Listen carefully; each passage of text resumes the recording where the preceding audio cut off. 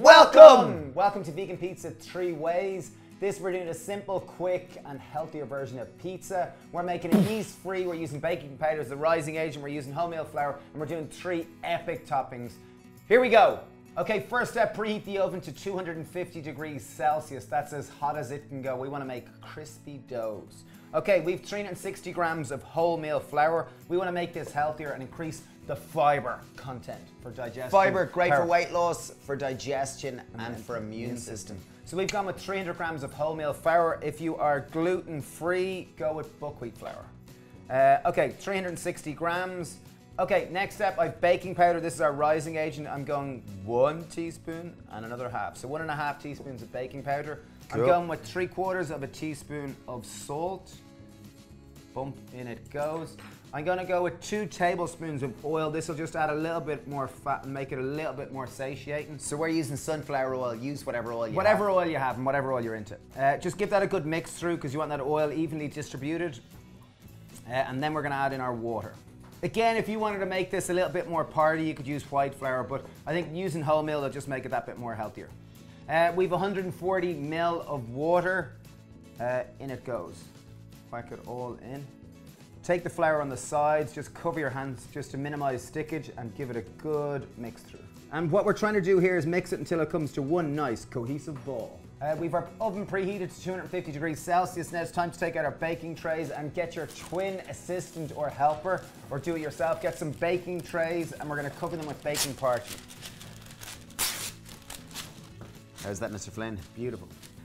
Take our dough, you'll get something like this, and it won't really stick to your hand too much. Just divide it into 3 bases. 1, 2, 3. Just make sure they're even. And then all you're gonna do here is we're gonna roll them out. My suggestion here is to roll it as thin as possible. If you do not have a or a rolling pin, take a clean jar or take a can and just give it a good roll.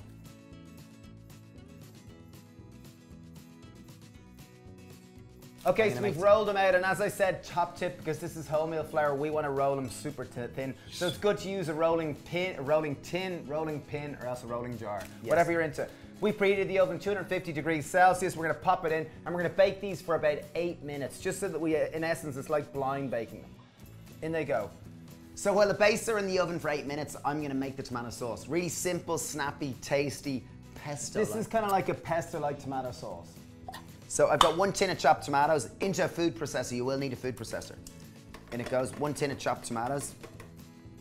I've got 3 tablespoons of almond butter. Yes, I did say almond butter. I know you wouldn't normally put almond butter in a tomato sauce. But wait for it, this sauce is rocking. It's really good. And it'll just make your pizzas taste that much better. Yeah, really well. It's adding kind of like just lots of emulsification. Okay, next step, I've taken 8 sun-dried tomatoes that I've soaked in boiling water for 5 minutes. So the reason why I soak them is just to rehydrate them so they're easier to blend. So these are they're the bone dry ones. They're not the kind of the ones soaking in oil. So they're kind of wet. You see them, they're kind of they've really kind of soft and dried up. Anyway, there they go. 2 cloves of garlic, as with any tomato sauce, very important. I've got a pinch of black pepper. Well, no, I'm just going to pinch it from there. Okay, I've 1.5 teaspoons of balsamic vinegar. This is going to bring acidity. That'll help cut through the kind of nutty kind of fattiness. I've got 1/2 teaspoon of salt. And last step, we have 1 tablespoon of maple syrup or liquid sweetener of choice. This is just going to help balance the acidity of the balsamic vinegar and the acidity of the tomatoes. Put lid on and blend until nice and smooth.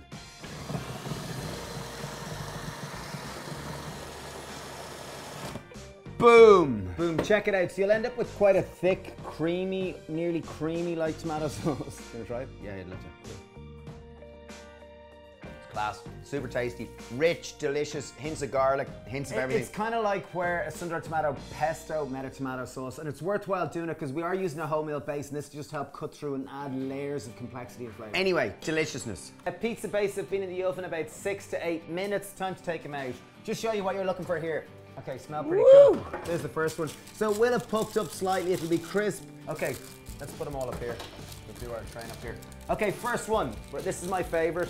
I was in Rome a couple of months ago and I had a vegan pizza, and one of the toppings that was on it I was totally amazed with, and I'm going to show you now. Take your base, take our tomato sauce and just layer it on. Be generous with it and make sure to go to the edges. Top tip. Next step, secret ingredient, one that some of you may not have ever thought of putting on a pizza, is mashed potato.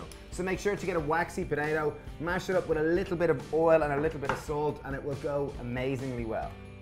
This one is a really good one. This is something that even Dave, we tried it yesterday and Dave was like, nah, but it's really nice. With this again, just layer it out a little bit thinner than you might think. Next ingredient, radicchio. Beautiful leaf, comes from Italy. It's quite bitter, but beautiful in color. All we're gonna do is just take a couple of leaves. This is gonna bring color and bring a little bit of bitterness that'll just balance it out and make it look cooler. Alternatively, you could use red cabbage. It just looks pretty cool. Radicchio is a good one, it's nice. Yeah. Another thing that goes really well with it that you would not think that goes great with potato, because potato is quite a neutral tasting, is a little bit of ginger. I know this might sound sacrilegious to an Italian, but I actually had this pizza first in Rome, so there you are. And this is a healthier version. So chop the ginger just finely and just sprinkle it on. A little sprinkle around. Wow, this really does sound hedonistic. We've gone next with a little bit of vegan cheese. Again, if you want to leave this out, you can, but I just think it makes it a little bit more authentic. It makes it a little bit, I've just chopped it finely. These are vegan cheddars. A white one and a red one. And finally, you've got a handful of walnuts. I'm just going to crush them slightly. It just complements it really well and adds kind of a texture and just more kind of a whole fat. She go really well. She looks beautiful, doesn't she? Yeah. It's a she, is it? Oh, definitely. She's delicious. Okay, there we go. Okay, first topping done. Okay, next topping again, super tasty. Grab your base, grab tomato sauce, be generous with it. Yes, sir. Smear it out. Oyster mushrooms, well worth seeking out. Quite meaty, fleshy like. I'm gonna rip them up simply in a bowl. Rip them up so they're quite small. Grab a bit of tamari. I'm gonna grab 2 tablespoons of it. Might seem unnecessary, but it's just gonna make those mushrooms bang a flavor. They're just gonna be total carriers or vessels of that lovely umami flavor. There we are, just spread them out. Beauty. Okay, next step, kale. We just got a normal kale, just take it off the vein, de-rib her, take her off the main vein, and just rip her up into small bits. So this is caveman style. Kale's really nice, it kind of crisps right up on a pizza. Next thing on top of that, just a sprinkling of vegan cheese again, just to make it a little bit more authentic. And last thing is just a few flaked almonds. Beautiful. Yeah, nice. Last pizza, here she is. Last pizza, super aspirational, one of my favorite ones, and something you may not necessarily think of putting on a pizza, but again, fantastic. Once again, we've got our blind baked base. I'm gonna add on a decent proportion of tomato sauce and spread right to the edges. Next step, fresh fig. Great, and it actually kind of goos up really nice and goes fantastic. Chop her into nice thin slices. Make sure your knife is good and sharp. Okay, so we have our base there, we have our tomato sauce, and we've chopped our fig. We're gonna layer on our fig. Next step, grab some asparagus. So we've just got 6 stalks of it. I've got 6 stalks. What I normally do is cut the spears off and cut the spears in half. Cut this, you cut the end off the asparagus because it's really crunchy and it's chewy and it's not the nicest. Be a bit woody. And just smear them out. Mr. Finn, if you can continue to do that. We're gonna put a drizzle of balsamic across it. Just a little drizzle. It goes really well with fig, because the sweetness of the fig will just help balance that acidity nicely. Beautiful, that's loads. So it's just literally a sprinkling of it. Again, just a little bit of vegan cheese just to add, and I mean just a tiny little dusting. It's just gonna add that extra little tiny bit of fat and a little bit more authenticity to our traditional pizza. And then finally, I've got some toasted cashews. I'm just gonna crumble, or any kind of nut, whatever you have. As we said, these are aspirational toppings. You can go with whatever you into. Whatever you into. Whatever you into. We're ready to rock and roll. How long are we gonna bake these for, Stevie? We're gonna bake these just until they're nice and crunchy. Generally takes about 6 to 8 minutes at 250 degrees. Boom. Oven on. Oh yeah, it is great, yeah. Boom. Okay, time to try these pizzas. I reckon I'm going straight in with the asparagus and fig one. Beautiful thing here is that the base has gone lovely. It's thin, it's crispy. You wanna go? Yeah, definitely wanna go. Here. Ah, jeez. It smells amazing. The tomato sauce is wonderful, bang and full of flavour. You get the sweetness of the fig, crunchiness of the asparagus. Rock 'em. Okay, base is actually delicious. I want to go with this one. Okay, what would you give that one out of 10? I'll give that a 9. A 9, okay, you're not bested at all. Nope, not the slightest. What would you give it? That was pretty good. Probably an 8. Okay, nice. I'll take an 8. An 8. I think the base could be crunchier. Okay, well, if you want it crunchier, just leave it in for slightly longer. Okay, this is the super interesting one. This is the one with the potato and the base. The potato, ginger, and radicchio. So this is totally off the wall. I could have rolled the base a little finer. Wow.